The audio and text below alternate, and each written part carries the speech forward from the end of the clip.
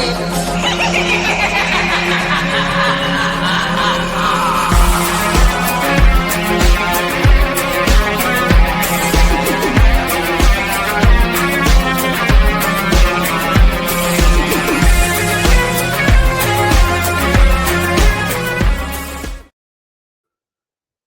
no, I missed the music.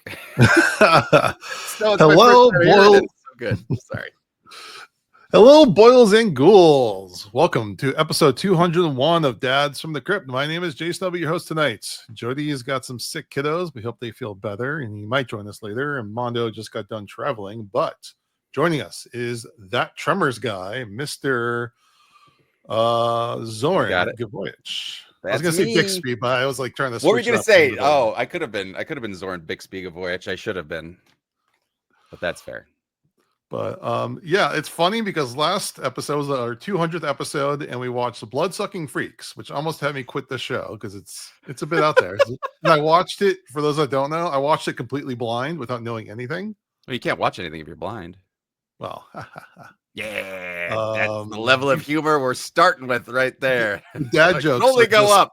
Can only go up. Dad jokes are they're strong. Elevating. Yes. Mm-hmm. So it's ironic that I'm the only one back after that show.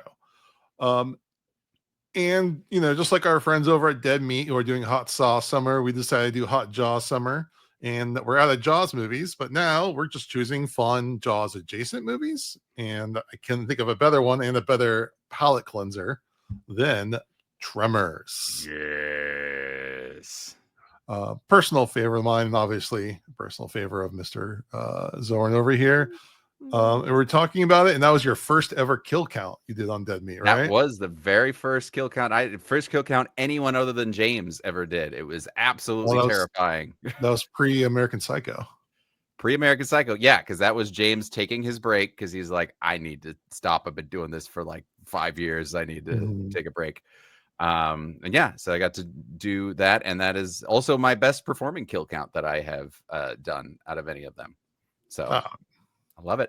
That's awesome. Congrats. But now you moved more into the video game realm. Yes, I am, as I say, the Dead Meat game daddy, and then everyone rolls their eyes and gets really upset. But I figured it works for this podcast. The game daddy. Exactly. That's what I am. I'm a dad. And I'm actually a dad now. This is my first time being a dad on the I know, you're officially a Crypt dad. I am officially a Crypt dad. I feel really good about it. Though my child is sleeping next door. This is not my child. That's Chucky, of course. He's very still. Is he looking at me? He's looking at me too. Yeah. So what games have you been covering? What games are going to cover soon? So we realized that we started doing them in January of this year, and we realized, it takes a long time to cover 15 hours of a video game and condense that into an hour. Like we're pretty good at most of them are an hour, except for Last of Us, because it's so much murder in that game that you have to cover everything. But yeah, we've done Resident Evil, Mouthwashing, which is a beautiful indie game that I love so much. We did Outlast, The Last of Us Part 1, and Until Dawn. Until Dawn, yeah. Yes, that was how we ended the season. And then everyone got confused and like, well, why isn't there another one? And I said, well, because we're taking a break. We're catching up, and that way we're not going to be up until the wire. Because I was working on The Last of Us like on Thursday night, trying to get an export out of that hour and 20-some minute thing. It was insane. So we're taking time off, and we're going to premiere season 2, which will be another 5 episodes.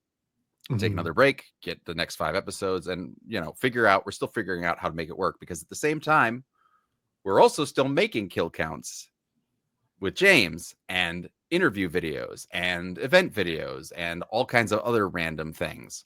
So, we need this time to be able to catch up and get through everything. But I will say that the premiere of season 2 will be in September, because I've watched the footage of this and I'm pretty confident we're going to be okay. Unless something happens, it should be September, and it should be Silent Hill, the original 1999 Silent Hill. Yes, that's awesome. Yeah. But you've also been doing a lot of live streams, which is really fun too. Correct. So I actually just finished one right before this for a game called Dead Take, which is just really makes you not want to be an actor in Hollywood. It's all about self-tapes and Hollywood moguls, murder and satanic rituals and things, which you can watch over on Dead Meat Presents channel. I've been streaming every Thursday to make up for the fact that I'm not releasing new kill counts. I've been playing games like Midnight Walk, which is a stop motion animated like Coraline style little cute horror game with an emotional heart that makes me cry at the end. That one's on there. We just did The Quarry, which will also be in season 2.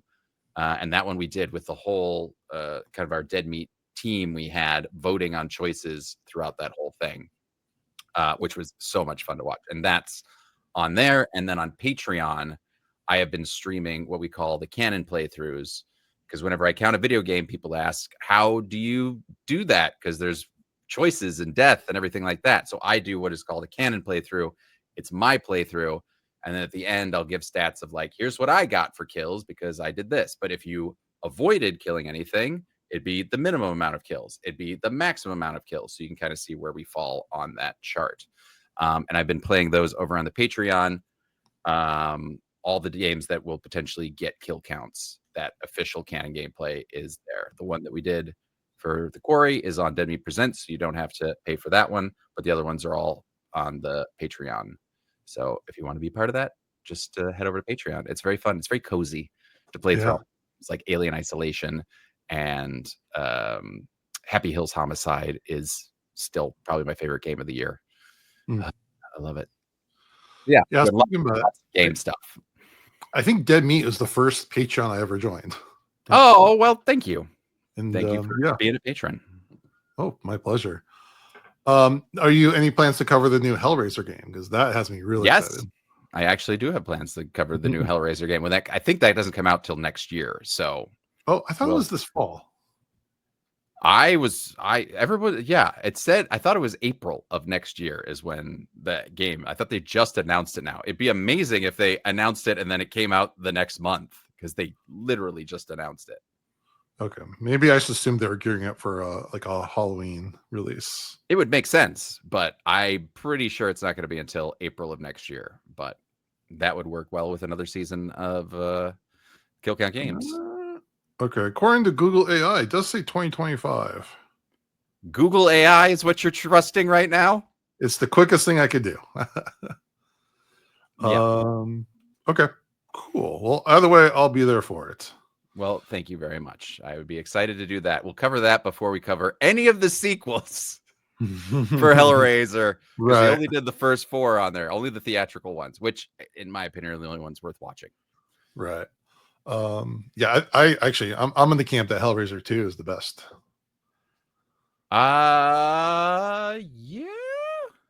Yeah. I mean, other than novelty factor of how cool that was. I don't know why. I think I just had a connection to Hellraiser 3 growing up. I think I saw that one most, and it's a little.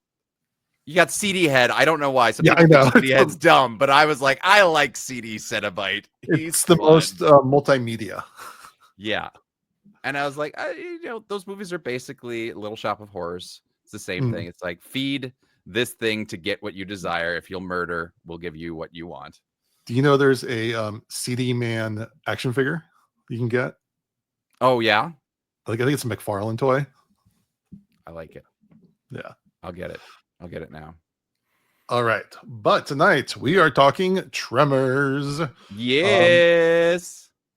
Again, kill counts aside, there hasn't been, I guess there were those Netflix ones, but there hasn't been like a groundswell of Tremors fandom lately.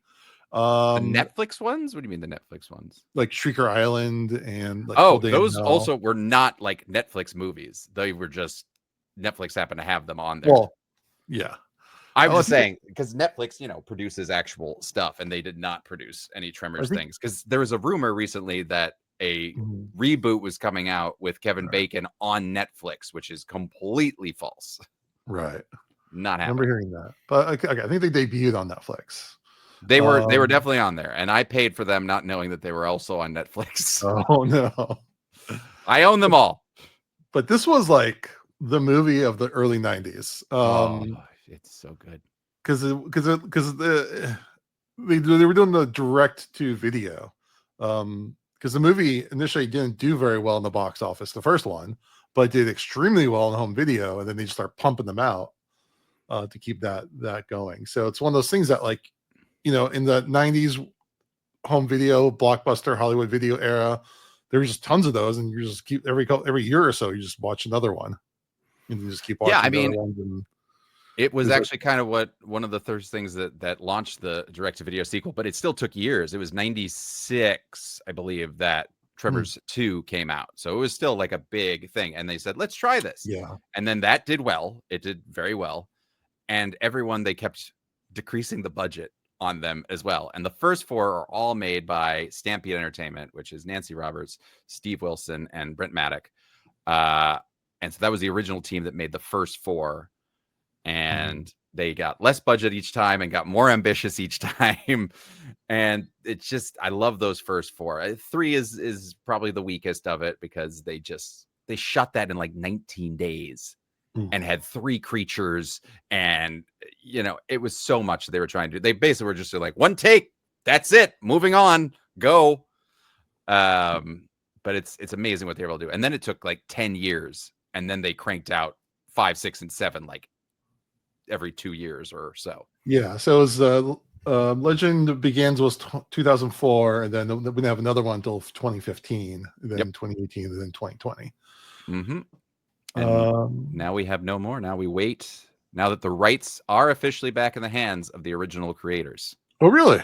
Yeah. So because if you knew Friday the 13th, that whole thing where the rights come back after 35 years or something, they found that loophole. Universal wasn't paying attention, and they grabbed the original script rights back. And so they're currently working on figuring out what the next step is. They don't have anything to announce because there's a lot of legal stuff to go between, because like we have the script, but maybe we don't have things from the movie specifically. And, but yes, I'm lucky enough that I've gotten to befriend a lot of the team that made it, which I never thought would be a thing. Again, I'm so synonymous with Tremors on the internet, and I did not make any of these movies or do anything, but it's like, oh, Zoran, Tremors, yeah.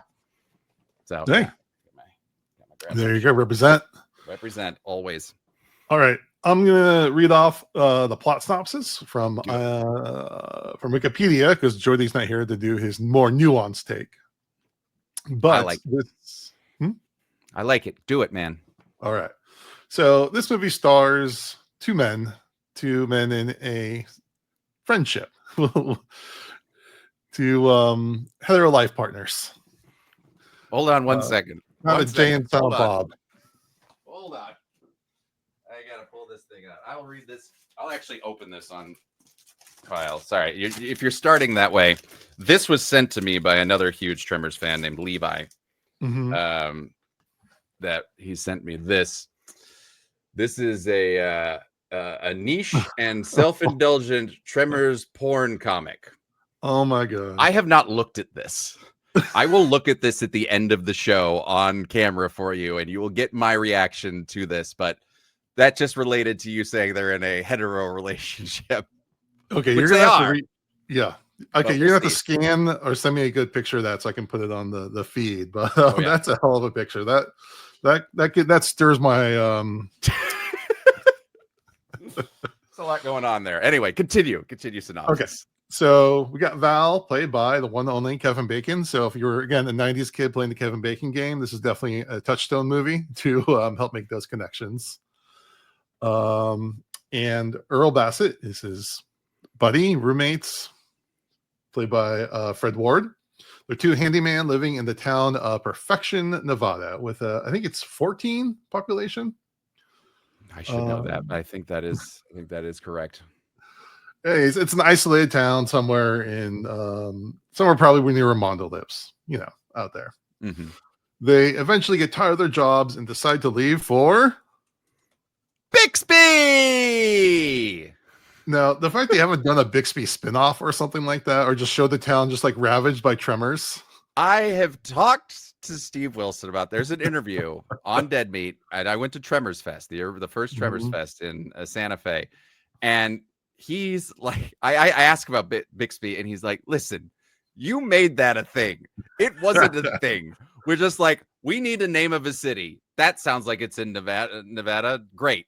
That's what it is. And it's not a thing at all in the franchise that is like known. And I've made it into this thing because I found a t-shirt and put on a hat and just said that. And that became such a thing. And I'm By sheer so happy force it of did. will.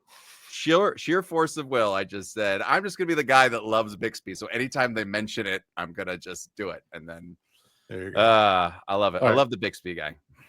Exactly. All right. So Val and Earl are tired of living here. They're, work a bunch of crap jobs. So they decide Literally. very literally. They decide to make a run for it. But on their way out of town, they discover Edgar, the local town drunk, kind of an Uncle Willie type, I thought, up in a tower of sorts. And it turns out they think he's drunk and just got wandered up there, but no, he's dead of dehydration. They take him to the town's doctor. Thirst. The thirst got The him. doctor corrects him too. It's like dehydration. Thirst. Anyways, they determined that something scared him up there because he had a gun with him. So he was so scared of something, even with a gun, he was not able to get down from the tower and died of thirst. Later on, an unseen creature kills Shepherd Fred and his flock of sheep. Val and Earl discover his severed head and believe that serial killer is on the loose. Then they drive by two construction workers who ignore their warnings, and they are killed by the same creature, causing a rock slide. Val and Earl try to help after warning the residents, but find the phone lines are dead and the rock slide has blocked the only town out of road. Out of sight, a snake-like creature wraps itself around their truck's axle, but it is torn apart when Val stomps on the accelerator and drives away. And they discover the creature when they return to town. Val and Earl borrow some horses to ride to Bixby for help. They come Let's get upon some Swiss cheese and bullets. Don't with forget Swiss- the Swiss yeah. cheese and bullets. not Swiss cheese sandwiches, but just No. slices of Swiss cheese. Earl, here's some Swiss cheese and bullets. Oh, thanks, Walter. Okay. Then they find the doctor and his wife and the wife's buried station wagon. And the couple are missing. They press on, and an enormous burrowing worm-like monster suddenly erupts from the ground and reveals the snake-like creatures are actually its tongues or tentacles that come out of its mouth to hook its prey and bring them into its mouth. They are thrown from the horses. The men flee from the monster in pursuit. The chase ends when the eyeless creature crashes through a concrete wall, dying on impact. Then they run into Rhonda, a graduate student conducting seismology tests in the area. She stumbles upon the scene and deduces that from the previous readings that there are 3 more worms in the area. Rhonda, Val, and Earl become trapped overnight atop a cluster of boulders near one of the worms and surmise the creatures hunt their prey by detecting seismic vibrations. The trio then find some discarded poles and use them to pole vault over to nearby boulders and eventually reach Rhonda's truck, narrowly escaping the creature. After returning to town, the worms attack and kill the general store owner, Walter Chang, forcing everyone to hide in the town's various rooftops.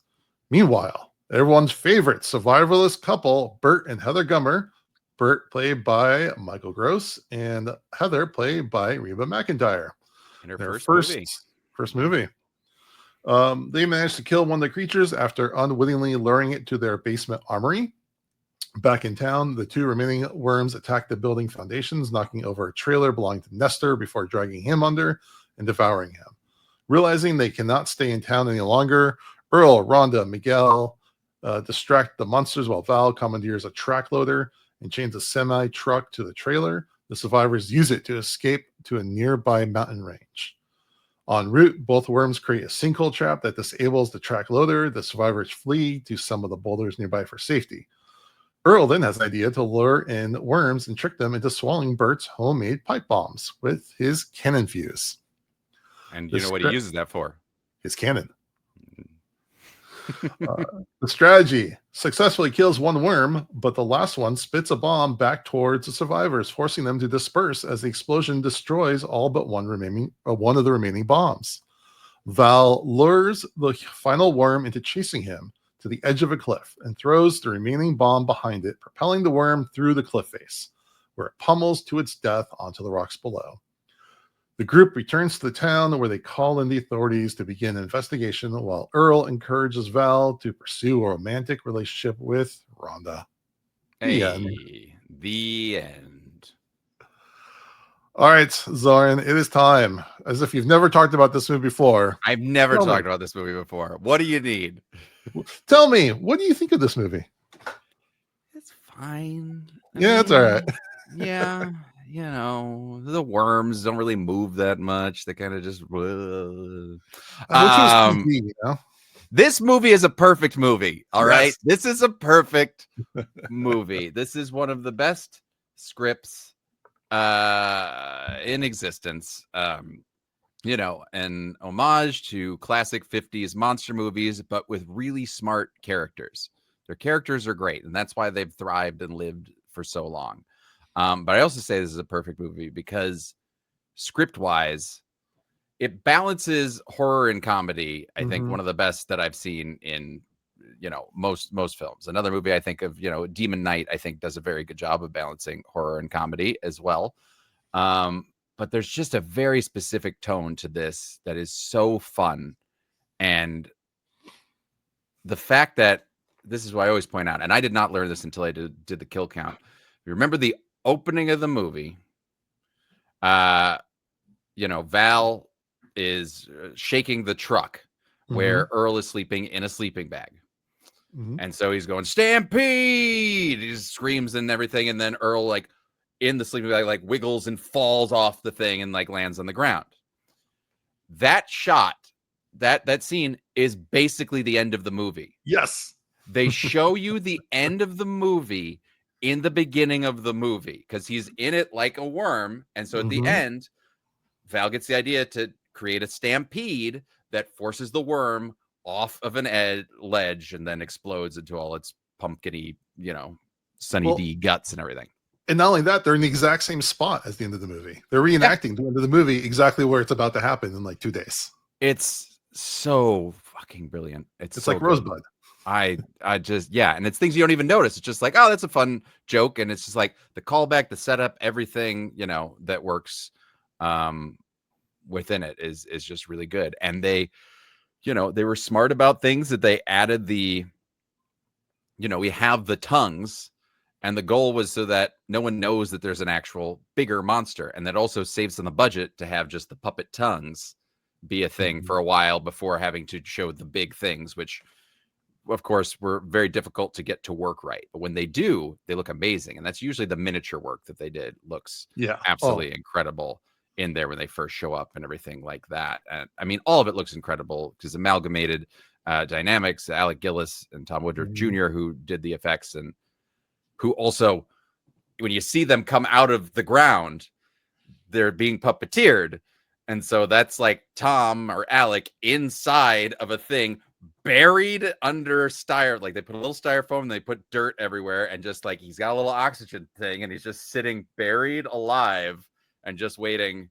Okay, open the mouth. There it is. But again, going back to how Jaws has such a big influence, even the scenes where how big it is, they just put a little buoy or something under the sand and just run it. So it looks like the ground is moving without having to have big, expensive effects, but makes it even scarier. And that is literally what it was. It was a buoy that was being pulled by a trailer thing. And that was their favorite effect in the movie because it worked every time. They're yep, that effect will always work and look great. They did such a good job of not showing when they did show it. It looks fantastic. It's a great creature design. So that's a testament to, Amalgamated for designing that and, basing it a lot in nature. And the whole goal of that was also to just have it be a dry monster because all monsters are very slimy. And they immediately regretted that for the mouth part. So that's why when they open their mouths, it's a lot slimier. They started adding a lot more slime because they're oh, it looks a little too fake when in the mouth. But the outside of it it's very dry. And this movie, also a horror movie, daylight. Yeah. Whole movie.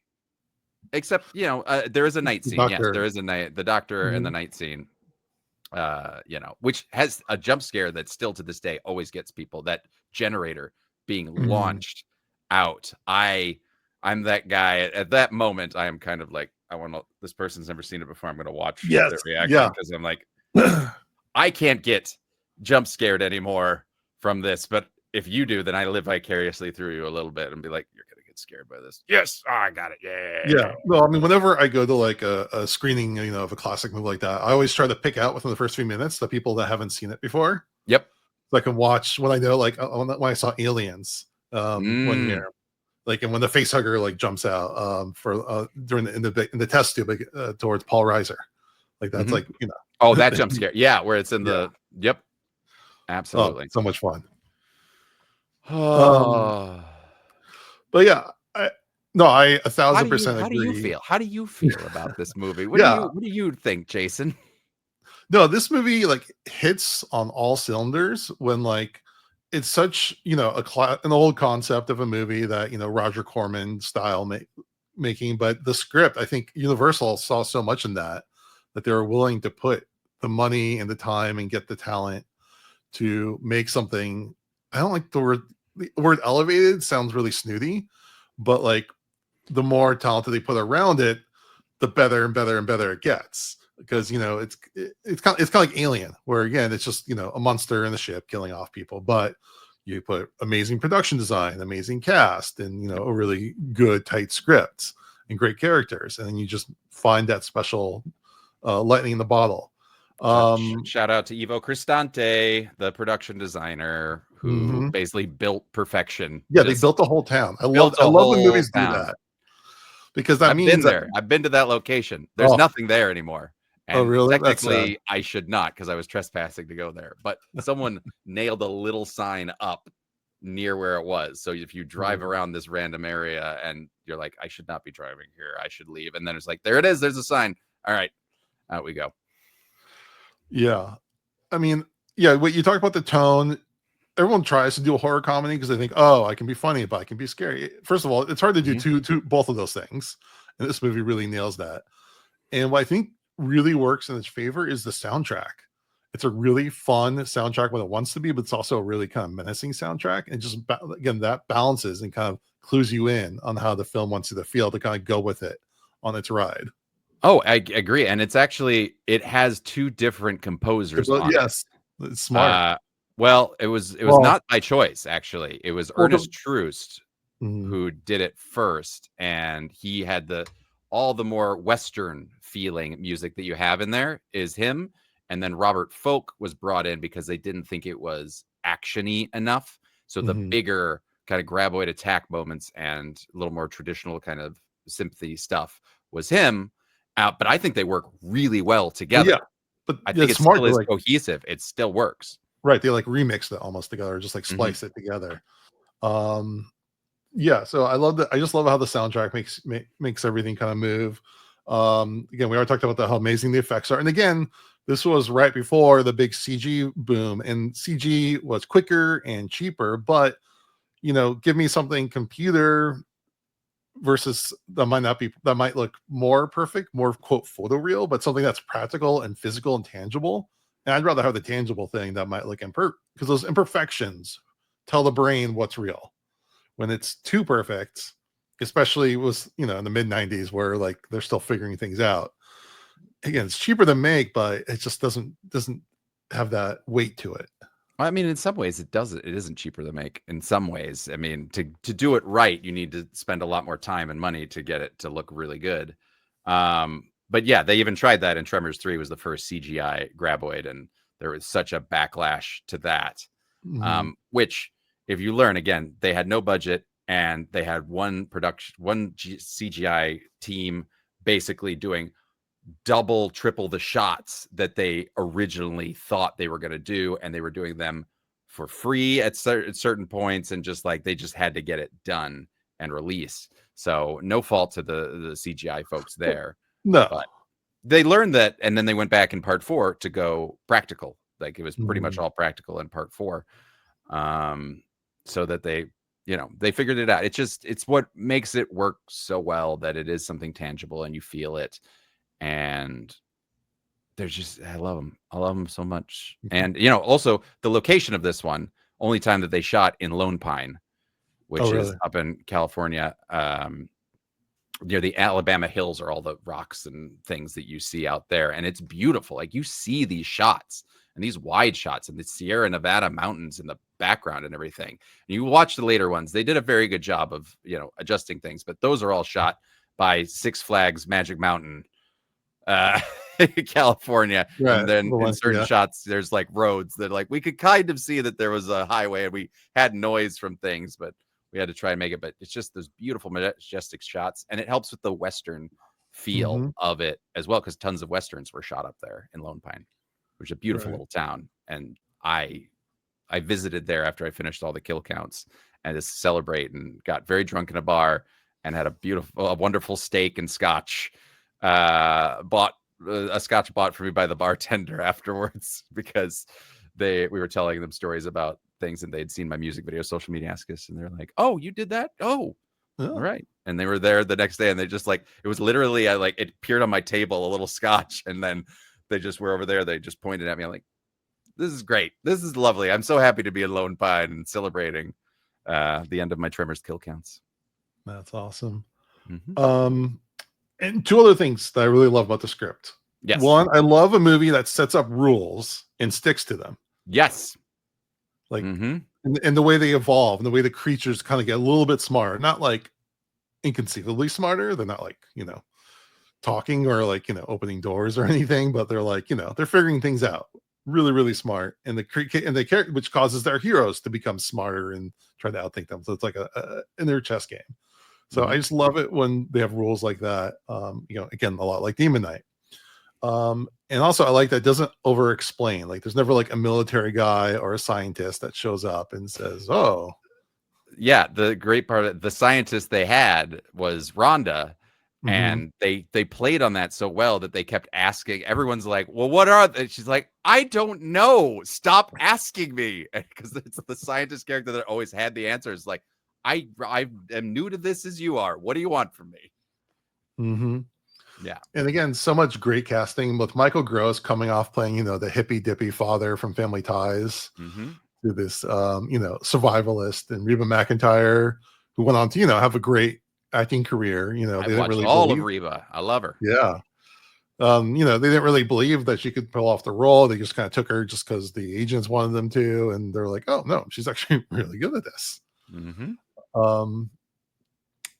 the rec room scene, and one of the Burton best Gummer scenes ever in film history. Oh, well, and also again, I could watch that like frame by frame. It's kind of like the Psycho scene where like they do like those like frame by frame breakdowns, like because it's like them acting one half of a room where they're the actors and the other half is a miniature, and they're kind of acting back and forth. And they use whip pans so well, and they blend it so well. So you're never like fully, is this like the full size one, or is this the miniature? Or it's like, there's only one shot in there that you can definitely tell is not Michael Gross.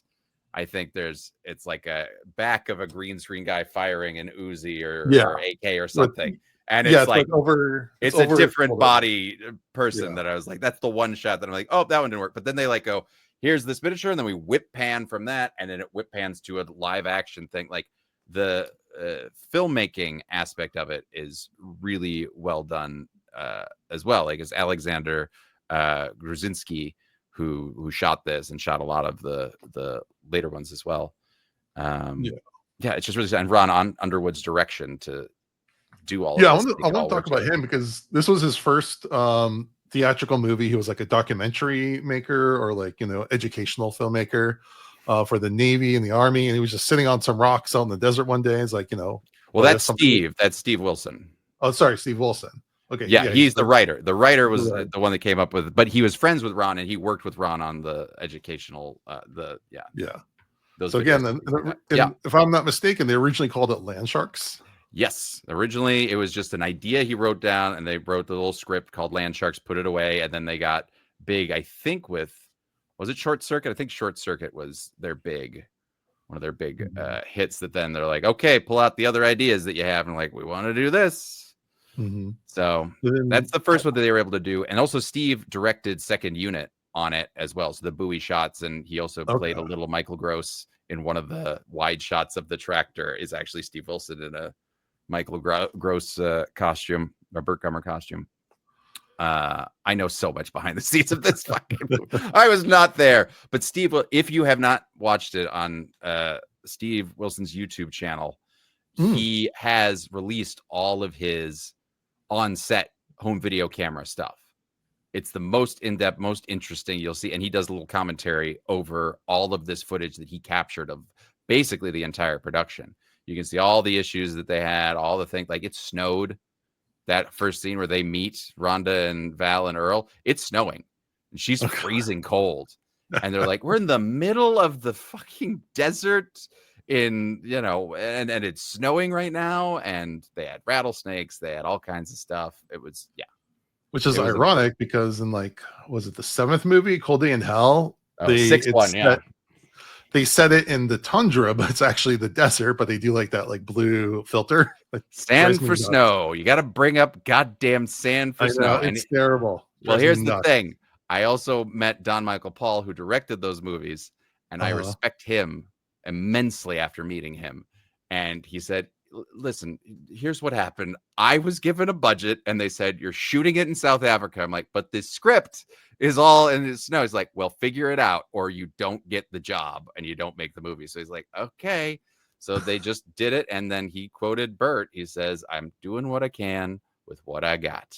And so that's a man that just loves to make movies. He's a big, boisterous human. And I take back some of the things that I've said about him over the years. He's a wonderful, wonderful man. And he's just doing what he can with what he got. And then just going back to Ron Underwood, I didn't realize that this till I was kind of doing some research for this. I didn't realize he directed City Slickers. Yes. Another. And that was like the big, did he win an Oscar for that? Jack Palance did. He directed. Jack Palance. That's right. Jack Palance. Yeah. But that one was nominated for all kinds of things. I know. I love that movie. Yeah, Ron is a lovely, lovely human being as well. Very talented. He's done. He did Mighty Joe Young and Adventures of Pluto Nash, and then he's done just a ton of TV and stuff. He's been working constantly. And then of course we've got Victor Wong as Walter Chang. Is always great. You know, Big Trouble Little China fan. Little China. Yep. He's fantastic. I'm so sad he died. Yeah. And it's a great death. It's very much a Jaws death. It's the being yanked around, except instead of being yanked around in the water, we're seeing him like in the thing being yanked back and forth. There's always that like one shot of his leg just kind of like disjointed, sticking outward. Yep. That's it's so good. It's so good. I want to get eaten by a graboid so bad. Not in real life, but in a movie. And Ariana Richards, who I guess was just like the girl to be chased by monsters in the 90s. I mean, yeah, just, you know, Mindy and Lex. She was in Jurassic Park. And then she came back for the third one, which was so lovely to see her return. Yeah. Good old Mindy. And her pogo stick that defies gravity. My wife was wondering about that, how the pogo stick stuck. It's always bothered me. Like they pull her off and then the pogo stick stays by itself straight up and then is sucked underground. And I'm like, what? Yeah, I mean, pogo sticks were definitely a thing in the 80s and 90s, and yeah, they did not stay up on their own. No, they're not going to stay up on their. They never stand up on their own straight up just to get sucked under the ground. Oh man, the glorious graboid vision in there too. Which I was actually recently watching a review of Tremors from Siskel and Ebert, and from all those years ago, and they're like, I'm so upset that they showed a graboid vision. Because they said the graboids are blind. I'm like, technically, I guess, yeah, it makes it. That's the same as like in the Fantastic Four Roger Corman movie that no one ever saw. There's a blind woman who is chloroformed, and they show it by chloroforming the camera POV. So I'm like, oh, you probably shouldn't do a POV of a blind woman. So I guess I see that point, but you don't think about that in the movie when you're watching. Again, and as far as the graboid is concerned, I'm more okay with it because it's more like what it's experiencing, not maybe what it's literally seeing, but this is the direction and the velocity it's going, not like it can see. But It's funny that that's the thing that they get hung up What on. of the yeah? They're like, really? That okay? That's being nitpicky.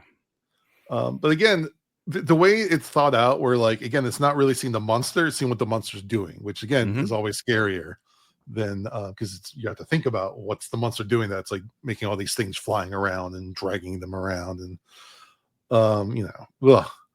I mean, it's the same thing of the Jaw. It's scary. You can't be on the ground. Like you have to be finding a rock, and if you're just out in open space, you could be dead, sucked under, and eaten, and probably digested pretty slowly. I don't know how people eaten quickly. Yeah, I will say because it doesn't have teeth or anything. It's just like swallows you whole, and you sit in its digestive tract. I mean, for the amount of people they eat pretty quickly, they must digest pretty quickly because they don't get. It's not like they get full or anything. I guess we haven't seen graboid poop. It would be nice to see some graboid poop. It's all underground. Graboid poop. How did we get here? I don't know. I'm trying to figure out things I haven't said about Tremors before, so I haven't talked about graboid poop. Now, which is your favorite sequel? 2, 100%. 2, Tremors 1 and 2 are neck and neck for favorites for me. Tremors 2 is probably the one I watched the most. My brother and I love that, and we watched it constantly all the time, and would quote when Fred Ward is covered in the fire extinguisher spray to hide his body heat from the new evolution of the Shriekers, and he just goes, "Man, this stuff is cold." And my brother and I quoted that back and forth to each other all the time whenever there was something cold, like, "Man, this stuff is cold." I don't know why that just stuck with us, but Fred Ward is, rest in peace, brilliant actor. I always loved seeing him in things. Loved him in Remo Williams. Just anytime you'd see him pop up, he's just a very, very talented actor. I miss him. And he, I think, carried the second movie very well. Very, very. I was like, I'd be fine watching just Earl continue to do things. I haven't seen the second one in a long time, so I think I might need to revisit because I just remember there's something about the playmate, and like he like has like a thing about this one playmate, and she happens to be like the exact person he runs into, and that I was like, what? October 74? Which actually wasn't October 74. It was like 78 or something, or it was like 80, and they reused it because it looked like I can't remember her name now. Anyway, Tremors 2 is to me like the best way of doing a sequel because it isn't just the same movie. And that's the other thing those bring me back to. The thing that's great about Tremors is plans. The movie is all about these people being like, okay, here's our plan. We're going to do this. We get all the thing. Bam, we're ready. Initiate plan. Fucking fails. Now we have to figure out, and you're always thinking on your feet. So they're always ahead. Like the worms are always ahead of the people. And so that helps the audience. The worst thing in a movie is when the audience is ahead of the characters and the characters have to catch up. And so you're on the same uneven ground the whole time being like, well, fuck that. Yeah, that idea seemed great. And now what are we going to do? And now you got to come up with that. And so it's always just, I got to have a goddamn plan. Goddamn plan. No, like, did you and your brothers ever play Tremors like on the swings on the like jungle gym? Yes. Yeah, we definitely did. It was originally Floor is Lava, then we saw Tremors, and then it became Tremors. We also played Demon Knight. We also played Demon Knight. Oh. We would pretend that there were demons coming in, and we would have to put blood on all that. We'd have to find all the windows and doors and make sure that we sealed everything. We had little water that we would pour on. I think it might have actually been Kool-Aid, which probably wasn't the best idea to pour on all of these windows and doors and things. We were like, yeah. Now, okay, spitball with me here. Imagine Demon Knight first-person video game. You're stuck in the converted hotel. Okay. You have to go to all the doors and windows and drop the blood, but only lasts for so long. And then the other players are demons trying to find. I mean, an asymmetrical. It would be a fun asymmetrical game to have. I think that would be one that would be a fan-made game because that's not going to work as a live service. Well, no, yeah. I'm thinking someone could make a game with a character who happens to spill some red liquid out of a certain container while other people are trying to get into the house. It'd be fine for I mean, there's a mechanic in Resident Evil 2, the remake, where you have boards that you have to pick specific windows to block and which ones you don't block, and they can still come in through those. And I was like, oh, that's fun. Yeah, you could do that with you only got so much Jesus blood left, which I have that key somewhere. It's packed away. I have a Demon Knight key. I'm so really? proud of that. Yeah. It's someone on Etsy made one. It's not the original or anything, but it's very well made. And I was like, I want this. This is in my collection. Yeah. I know a few people who have prop Demon Knight keys, like real from the movie. And I'm like, someday I'm going to find you and get it. All right. So not to invite you over for dinner. I'm just going to use the restroom. You're putting on your burglar mask and your gloves and your big cutting open glass. Run. Only if yours is screen used. If it's a replica, you're okay. That's fair. I tend to only get replicas. The only thing I have screen used is a Shrieker head, which is hidden in a bunch of areas back there that I haven't been able to hang up yet. But that was the one thing. I drove up to San Francisco to get that and pulled off a highway with some guy on the side of the road. And he put it in the back of my car. And then my car was broken into while I was at a bar that night. And I'm just like, fuck, not the Shrieker head. And of course, it's heavy as hell and it's enormous. And I don't think anyone knew what it was. But I was like, please don't let the guy that tried to steal my car be a Tremors fan, because then he'll go, yeah, I hit the jackpot. Running down the street with this, yeah, fucking got a Shrieker head. Did they take anything else? No, they threw all of my clothes out. So the smart thing is I have a hidden compartment in my trunk that I put like my camera and the expensive stuff, and then I just had clothes in my luggage. But they threw that, and because anytime they see luggage in car, that's when they'll break in and go, oh, there's probably a bunch of good shit in there. Nice. So my clothes were just all over the street. That was fun. I had someone break in my car, steal my stereo and like all my change and stuff while I was on the date. I was in the restaurant. Yeah. Well, that's fun. Yeah. No. And that's who you married. No. Okay. No. Yeah, it's a real good movie. Based on Jaws in the Land, and it's the best version of Jaws in the Land that you're ever gonna get. There's even land shark movie, like there's sand shark, I think, and things of that nature. And these ghost shark and graboids are still great creatures. And I will say the one thing that the later movies, when they did turn into CGI and they redesigned them and everything, they made them a lot more mobile. Like they really made them a little more like, oh, fuck, you get out of the way. These things will, like when one of them like dolphins out and spins and then like lands and eats someone. I'm like, yeah, okay. Yeah, I see. They're a little scarier than the other ones that just go, I'm up and now I'm back and now I move really fast. Right. They're like breaching like a shark. Yeah, they go. All right. So if they came to you and said, hey, help us write a new Tremors movie. Yeah.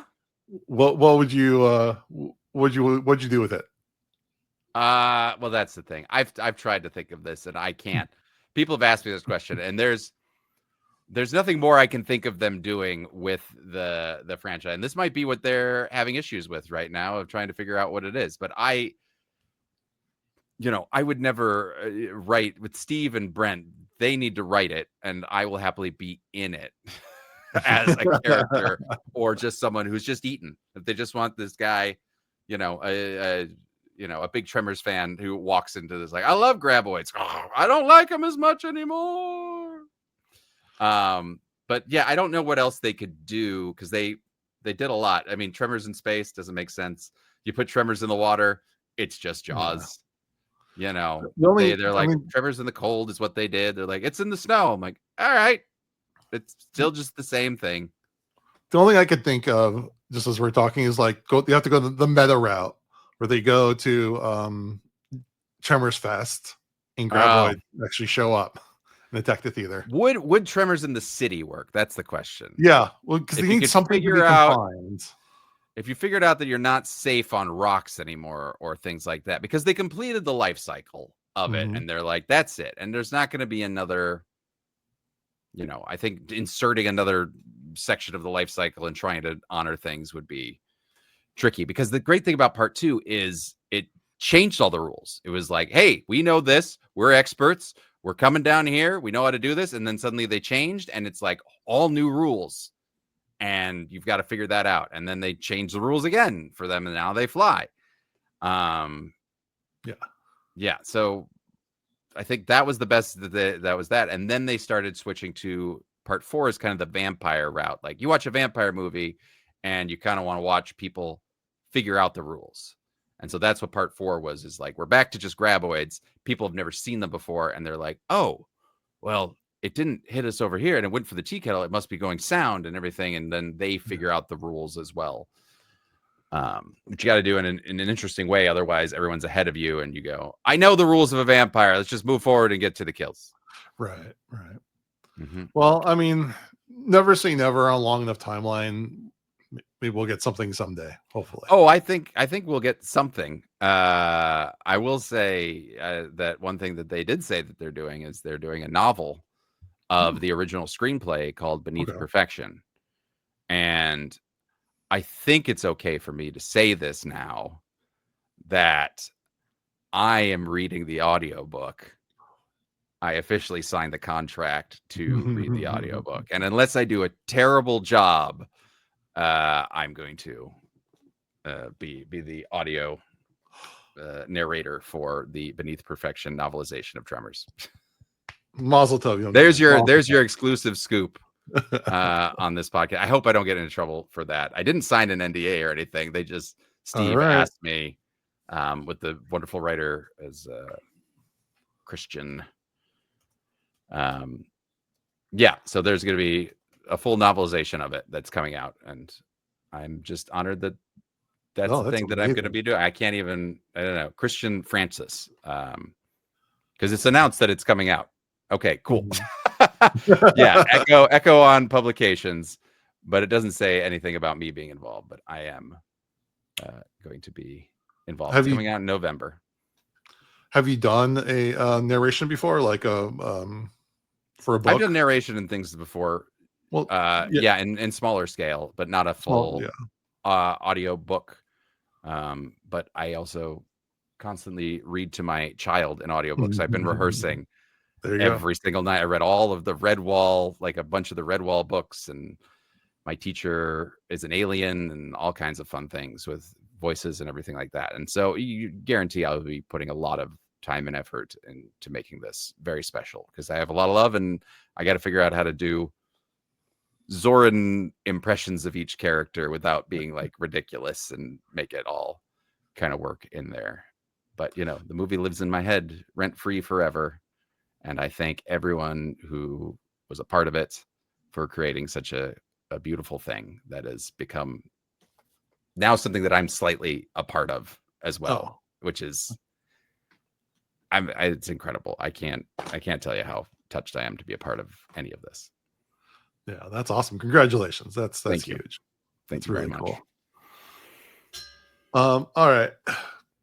On Dads from the Crypt, we do our movie rating. We do 0 to 5. And to me, like, I'm always like, if a movie's a 5, it's got to be perfection. It's not just like, I really like this movie. This movie is like a 6. It's like goes beyond. It is. It goes beyond. Thank you. All right. I'm glad. I'm on board with you. If we're going to go over 6, I'll keep going, man. I'll go 7, because that's how many movies there were in the franchise. This is so much fun. It's so watchable. You always pick up some rewatchable. It's one of those that you just I would have it on in college that people would just like walk by the door and be like, come back and just sit on the bed and just start watching it. And it was just, when it was on TV, it was like, didn't matter where you caught it. You'd be like, all right, I'm just watching the last 30 minutes of Tremors now. That's it. It's enjoyable. And I would just put this on to go to sleep. I watch this, nonstop. It's an all-timer. Yeah. And Jody says he's not gonna be able to make it again. His kids aren't feeling well, but he also said he's a 5 as well. So I'm sure he would go even higher if he could. So we'll do a 5, you'll be a 6, and I'll be a 7. How about that? There we go. All right, we're gonna take a quick break and do a shout out. Hi, this is Tom Holland. I directed Fright Night, Child's Play. I wrote Psycho 2, and I directed 3 Tales of the Crypt, and one that I really love called Four-Sided Triangle with Patricia Arquette. And I urge you to watch Dads from the Crypt. Dads from the Crypt. There you go. All right, Tom Holland, not Tom Holland. that Tom Holland, Not This- not Spider-Man, Tom Holland. And they're also. I'd love to see him in a Spider-Man outfit, though. I'd love to just see that that'd Tom be Holland. something. They're also doing a Fright Night prequel book. Oh, okay. I don't know if you heard about that, but that's coming out, No. I think, this October. Cool. That's really exciting. All right. Since Jody and Mondo are not here, we're just going to kind of speed run a couple things for Song of the Day to pair with this movie. I know Brian Wilson passed away relatively recently, and we did a little bit of tribute for him last time, but the man's worth tributing every week. I think it's a brilliant man and an amazing artist. But I kind of have to go with Good Vibrations. It just fits. Yeah. It just makes me feel good. Yeah. All right. That's fair. All right. It's not Edit the footage together with a montage to Good Vibrations. Yeah. That's that. Okay. I might have to look and see if someone has a put on YouTube. Tremors Good probably if Vibrations. someone's done that. Yeah. Yeah. I'm sorry it's not some esoteric Swedish death metal band, Mondo, but that's just what I got for you this week. And then for movie news, I think we'll skip that. We'll cover more of those next week. We did have some really good trailers, but we'll save all those because Julie likes to talk about them. Great. But we'll zoom right to dad advice. Zoran, you are now an official Crypt dad. What do you know now about parenting and being a father? What's your impression that you didn't have before this? Oh, wonderful. So my boy Phoenix is 16 months now. Claws. I don't know if we can see this. Probably can't see it on a camera, but my God, he gets excited, and he's so excited, and I'm holding him, and then he gets grabs my cheeks and cuts. I have little tiny cuts all over my face from those daggers. Baby dagger. The little fingers are daggers. They're just so sliceable. They even have mittens that you put on little babies and everything, so they don't cut their own face and everything. I can't believe how sharp those things are. Is that designed nature? Is that how it's supposed to be? That's how the babies protect themselves. That's where It's Alive came from. The daggers, and the kids are so smart and resilient, and I love being a dad. It is something that I have wanted for so long. I was always the crazy member of in my 20s. I was I want to be a dad. I'm this is it. I'd ended relationships because people were no, it's no offense against you. This is something that needs to be a part of me, and it's taken me a long time. I'm an older dad now, which has increased my back problems that I have had, having the little potato weight that I've got to hold.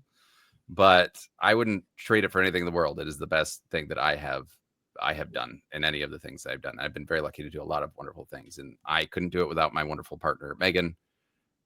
You need a really good, solid partner, and it will test your entire relationship to get through it. And we are very solid, and I am grateful for her and for him and for all of it. But yes, little dagger fingers. That's the number one thing I didn't think about when I was going to become a dad. Yeah, they definitely do that. It's amazing the injuries you get as a parent, whether they're just trying to hug you so hard they push you over when you're trying to pick up something, or who knows. Oh yeah, parenting is a full contact sport. Oh, it was, especially with a little boy who just screams and just throws himself. And now he's decided the latest thing is, hey, I like to climb over the couch and then flip over the other way of the couch. I'm like, Jesus Christ, you're giving me a heart attack every time. Careful, my son got a concussion doing that. Yes, but we've basically created pillows and a little area that he can go up and down on. And we're you're going to want to do, you have the urge. So let's create this area that's like this instead of just over here. Use this area. And so far it's works out so well, but he's still going to mess things up. But the other thing I thought about was once you have a kid, you are never at a point where you don't worry about something.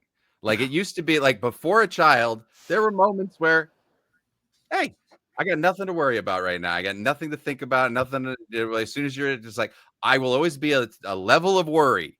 It's minimal, but I'll still be like looking at a thing kind of like Final Destination, Yep. where you see all the dangers of like this, and being like, he can skewer himself on that. He's gonna get okay. Don't run that over. Yeah, tackle him out of the street and but yeah, it's just weird living at a level of just worry and then more worry, like justifiable and things. But you're just at a constant level of just. There will never be a time in my life where I'm not worried in some little way about something.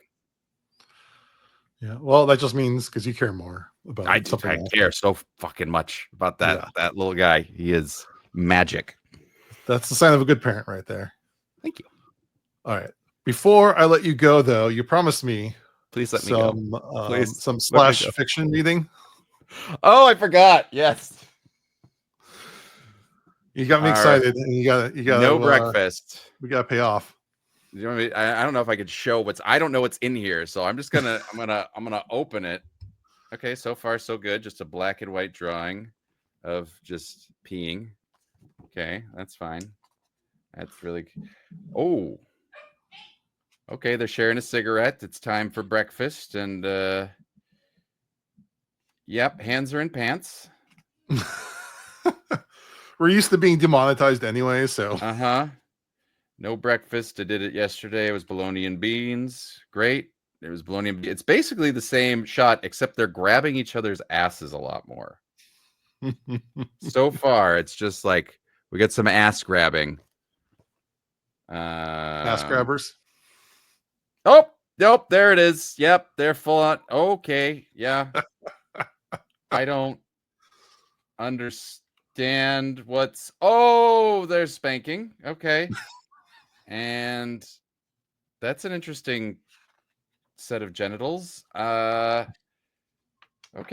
I'm not showing any of this to you.